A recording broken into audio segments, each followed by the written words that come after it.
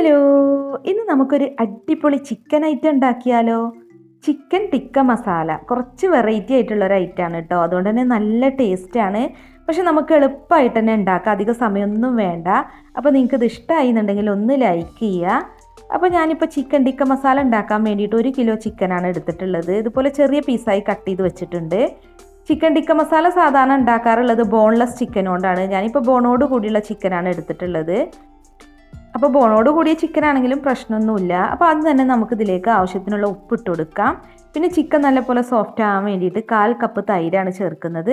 അത് അത്യാവശ്യം പുളിയുള്ള തൈരാണ് കേട്ടോ. പുളിയില്ലാത്ത തൈരൊക്കെ ആണെന്നുണ്ടെങ്കിൽ 1/2 കപ്പ് ചേർക്കാം. പുളിയുള്ള തൈരായതുകൊണ്ടാണ് ഞാനിപ്പോൾ 1/4 കപ്പ് മാത്രം ചേർത്തത്. ഇനി ഒരു 1/4 ടീസ്പൂൺ ഗരം മസാലയാണ് ചേർക്കുന്നത്. പിന്നെ നമ്മൾ മുളക് പൊടിയാണ് ചേർക്കുന്നത്, 2 ടേബിൾ സ്പൂൺ. ഇതിപ്പോൾ സാധാരണ നല്ല എരിവുള്ള പൊടിയാണ്. കാശ്മീരി റെഡ് ചില്ലി പൗഡറൊക്കെയാണ് എടുക്കുന്നത് വെച്ചാൽ ഒരു 3-3.5 ടേബിൾ സ്പൂണൊക്കെ എടുക്കാം. പിന്നെ ചേർക്കുന്നത് 1/4 ടീസ്പൂൺ നല്ല ജീരകമാണ്. നല്ല ജീരകം പൊടിച്ചതാണെന്നുണ്ടെങ്കിൽ അത് ചേർക്കാം, അല്ലാന്നുണ്ടെങ്കിൽ നല്ല ജീരകം ഒന്ന് ക്രഷ് ചെയ്തിട്ട് വേണമെങ്കിൽ അങ്ങനെയും ചേർക്കാം. പിന്നെ 1.5 ടേബിൾ സ്പൂൺ വെളുത്തുള്ളി ഇഞ്ചി പേസ്റ്റാണ് ചേർക്കുന്നത്. ഇനി ഇതെല്ലാം കൂടി നന്നായിട്ടൊന്ന് മിക്സ് ചെയ്തെടുക്കുക. പിന്നെ നമുക്ക് വേണമെന്നുണ്ടെങ്കിൽ കളർ ചേർക്കാം കേട്ടോ.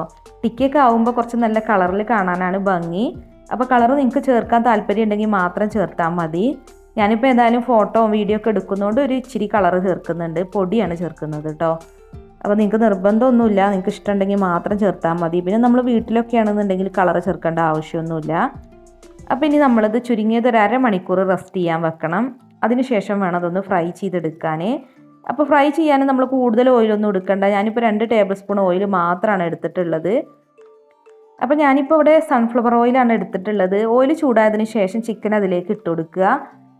അപ്പോൾ നമ്മളിത് അടച്ച് വെച്ചിട്ടാണ് കേട്ടോ ഫ്രൈ ചെയ്യുന്നത്. അങ്ങനെ അടച്ച് വെച്ചിട്ട് ഫ്രൈ ചെയ്യുകയാണെന്നുണ്ടെങ്കിൽ ചിക്കൻ നല്ല സോഫ്റ്റ് ആവും, പിന്നെ പെട്ടെന്ന് തന്നെ ഫ്രൈ ആയിട്ട് കിട്ടും.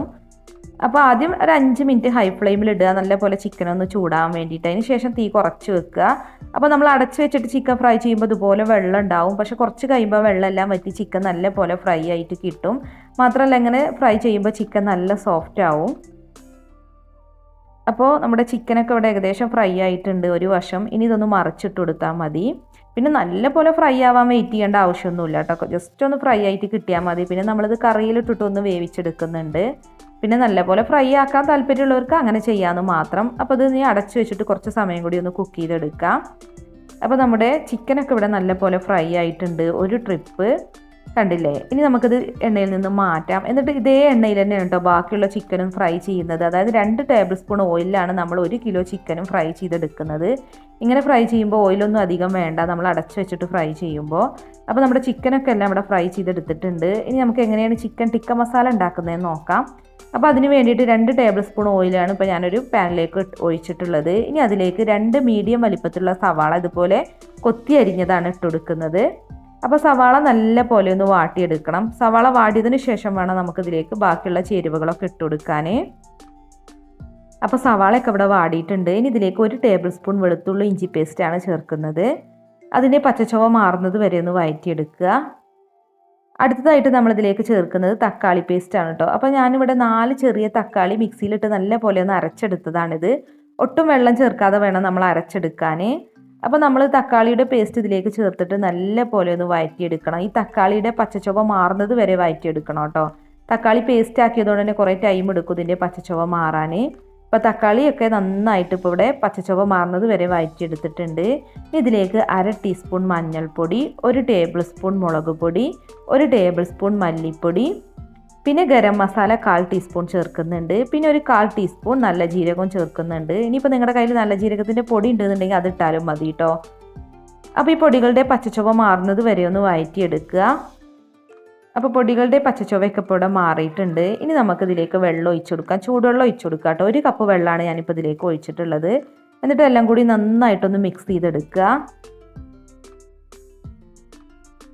ഇനിയിപ്പോൾ നമുക്ക് ഇത് നല്ല പോലെ ഒന്ന് തിളപ്പിച്ചെടുക്കണം. ചൂടുവെള്ളം ചേർത്തുകൊണ്ട് തന്നെ അധികം സമയമൊന്നും വേണ്ട കേട്ടോ, പെട്ടെന്ന് തന്നെ തിളച്ച് വരും. ഇനി ഇതിലേക്ക് ആവശ്യത്തിനുള്ള ഉപ്പിട്ട് കൊടുക്കാം. ഗ്രേവിയിലേക്കുള്ള ഉപ്പിട്ട് എടുത്താൽ മതി കേട്ടോ. ചിക്കനിലേക്ക് നമ്മൾ ആൾറെഡി ഉപ്പിട്ടിട്ടാണ് ഫ്രൈ ചെയ്തത്. അപ്പോൾ ഇനി നമുക്കിതിലേക്ക് ചിക്കൻ ഇട്ട് കൊടുക്കാം. ചിക്കൻ ഇട്ട് കൊടുത്തിട്ട് നന്നായിട്ടൊന്ന് മിക്സ് ചെയ്തെടുക്കുക. ഇനി നമ്മളിത് അടച്ച് വെച്ച് വേവിക്കാം കേട്ടോ. ഒരു 10 മിനിറ്റൊക്കെ ഒന്ന് വേവിച്ചെടുക്കണം. ആൾറെഡി ചിക്കൻ ഫ്രൈ ചെയ്തതാണ്, എന്നാലും ചിക്കൻ ഒന്നും കൂടി നല്ല സോഫ്റ്റ് ആവാനും നന്നായിട്ട് മസാല പിടിക്കാനും വേണ്ടിയിട്ട് ലോ ഫ്ലെയിമിലിട്ട് ഒരു 10 മിനിറ്റ് ഒന്ന് വേവിച്ചെടുത്താൽ മതി. ഇപ്പോൾ 10 മിനിറ്റ് കഴിഞ്ഞിട്ടുണ്ട്. നമ്മുടെ കറി ഇപ്പോൾ ഇവിടെ അടിപൊളിയായിട്ട് റെഡി ആയിട്ടുണ്ട് കേട്ടോ. കണ്ടില്ലേ, നല്ല തിക്ക് ഗ്രേവി ആയിട്ടാണ് കേട്ടോ ഞാൻ ഉണ്ടാക്കുന്നത്. കുറച്ച് നല്ല പോലെ കറിയായിട്ട് വേണമെന്നുണ്ടെങ്കിൽ അങ്ങനെയും ചെയ്യാം. പിന്നെ മസാലയാണല്ലോ, അപ്പോൾ അതുകൊണ്ട് അധികം ഗ്രേവി ഇല്ലാതിരിക്കാവും നല്ലത്. ഇനിയിപ്പോൾ ഇതിലേക്ക് ഞാൻ 15 കാഷ്യൂനട്ട് വെള്ളത്തിൽ കുതിർത്തതിന് ശേഷം അരച്ചെടുത്തതാണ് കേട്ടോ. അത് കാഷ്യൂനട്ട് പേസ്റ്റിന് പകരം വേണമെന്നുണ്ടെങ്കിൽ നമുക്ക് ഫ്രഷ് ക്രീമും ചേർക്കാം. ഫ്രഷ് ക്രീം ആണെന്നുണ്ടെങ്കിൽ ഒരു 1/2 കപ്പ് ചേർത്താൽ മതി. അപ്പോൾ കാഷ്യൂനട്ട് പേസ്റ്റ് ചേർത്ത് കഴിഞ്ഞിട്ട് നന്നായിട്ടൊന്ന് മിക്സ് ചെയ്യുക. അപ്പോൾ ഈ കാഷ്യൂനട്ട് പേസ്റ്റിൻ്റെ പച്ചച്ചൊവ്വ മാറുക എന്നല്ല, അതൊന്ന് കുക്കാവാൻ വേണ്ടിയിട്ട് നമ്മൾ വേണമെന്നുണ്ടെങ്കിൽ ഇതൊന്ന് അടച്ചു വെച്ചിട്ട് കുക്ക് ചെയ്യുക കേട്ടോ. അപ്പോൾ നല്ല കുറുന്നനെ കിട്ടും നമ്മൾ ഈ കശുവണ്ടി അരച്ചതൊക്കെ ചേർത്ത് കഴിഞ്ഞാൽ. അപ്പോൾ ഒരു 3 മിനിറ്റ് അടച്ചു വെച്ചിട്ടാണ് ഞാനിപ്പോൾ ഇതൊന്ന് വേവിച്ചെടുത്തിട്ടുള്ളത്. കണ്ടില്ലേ, അപ്പോൾ നന്നായിട്ട് കുറുകി നല്ല തിക്കായി കിട്ടിയിട്ടുണ്ട് നമ്മുടെ മസാല. അപ്പോൾ ഇനി നമുക്ക് നമ്മുടെ ചിക്കൻ ടിക്ക മസാല ഗാർണിഷ് ചെയ്യാൻ വേണ്ടിയിട്ട് വേണമെന്നുണ്ടെങ്കിൽ കുറച്ച് മല്ലിയില ഇതിൻ്റെ മുകളിലേക്കൊന്ന് ഇട്ട് കൊടുക്കാം. അപ്പോൾ ഇത്രയേ ഉള്ളൂ, നമ്മുടെ അടിപൊളി ടേസ്റ്റുള്ള ചിക്കൻ ടിക്ക മസാല ഇവിടെ റെഡി ആയിട്ടുണ്ട്. നെയ്ച്ചോറിൻ്റെയും ചപ്പാത്തിൻ്റെയും പൊറോട്ടൻ്റെ ഒക്കെ കൂടെ സൂപ്പർ കോമ്പിനേഷനാണ്. ഞാനിപ്പോൾ ഇതിൻ്റെ കൂടെ ലെമൺ റൈസാണ് കേട്ടോ ഉണ്ടാക്കിയിട്ടുള്ളത്. അപ്പോൾ അതിൻ്റെ വീഡിയോ ഞാൻ ഇന്നലെ തന്നെ അപ്ലോഡ് ചെയ്തിട്ടുണ്ട്. അപ്പോൾ അത് കാണാത്തവരുണ്ടെങ്കിൽ ഒന്ന് പോയി കാണുക. അപ്പോൾ നിങ്ങൾക്ക് വീഡിയോ ഇഷ്ടമായി എന്നുണ്ടെങ്കിൽ ഒന്ന് ട്രൈ ചെയ്ത് നോക്കുക. പിന്നെ നമ്മുടെ ചാനലിൽ ഇപ്പോൾ ഒരു ഗിവ് അവേ നടക്കുന്നുണ്ട്. നമ്മുടെ ചാനലിന് 3 ലക്ഷം സബ്സ്ക്രൈബേഴ്സ് ആവുന്ന അന്നാണ് കേട്ടോ വിജയെ തിരഞ്ഞെടുക്കുക. വിജയ്ക്ക് ഓവനാണ് സമ്മാനമായിട്ട് നൽകുന്നത്. അപ്പോൾ നിങ്ങൾക്ക് ഗിവ് അവേയിൽ പങ്കെടുക്കാൻ വേണ്ടിയിട്ട് നമ്മുടെ വീഡിയോസൊക്കെ ഫുള്ള് കാണുക, എന്നിട്ട് കമൻറ്റ് ചെയ്യുക. അതുപോലെ വീഡിയോസ് ഇഷ്ടമായിക്കണമെങ്കിൽ ലൈക്ക് ചെയ്യുക, ഷെയർ ചെയ്യുക. അപ്പോൾ ഇതുപോലുള്ള നല്ല അടിപൊളി വെറൈറ്റി റെസിപ്പികളുമായി നമുക്ക് വീണ്ടും കാണാം. താങ്ക്